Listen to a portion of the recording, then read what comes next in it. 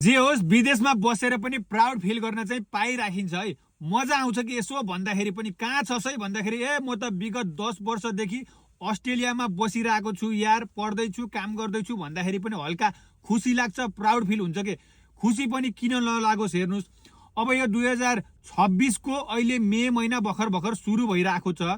एउटा सर्वेक्षणले देखाए अनुसार Australia is the first best country in the world in 2026 भनेर आएछ के का आधारमा भन्नुहुन्छ भन्दाखेरि फराकिला धेरै खुला स्थानहरू, आत्मीय मन भएका मान्छेहरूको वासस्थान, बसोबास रहेको ठाउँ अनि धेरै पर्यटकीय स्थलहरूको गन्तव्य, सफा सुन्दर स्वच्छ वातावरण, स्वच्छ हावापानी रहेको ठाउँ भनेर अस्ट्रेलियालाई एउटा सर्वेक्षणले फर्स्टमा राखेछ के। भनेपछि अस्ट्रेलियामा बस्नु भनेको दुःख मात्रै गर्नु पनि होइन नि त, एउटा प्राउड फिल गर्नु पनि आफ्नै छुट्टै आनन्द छ के।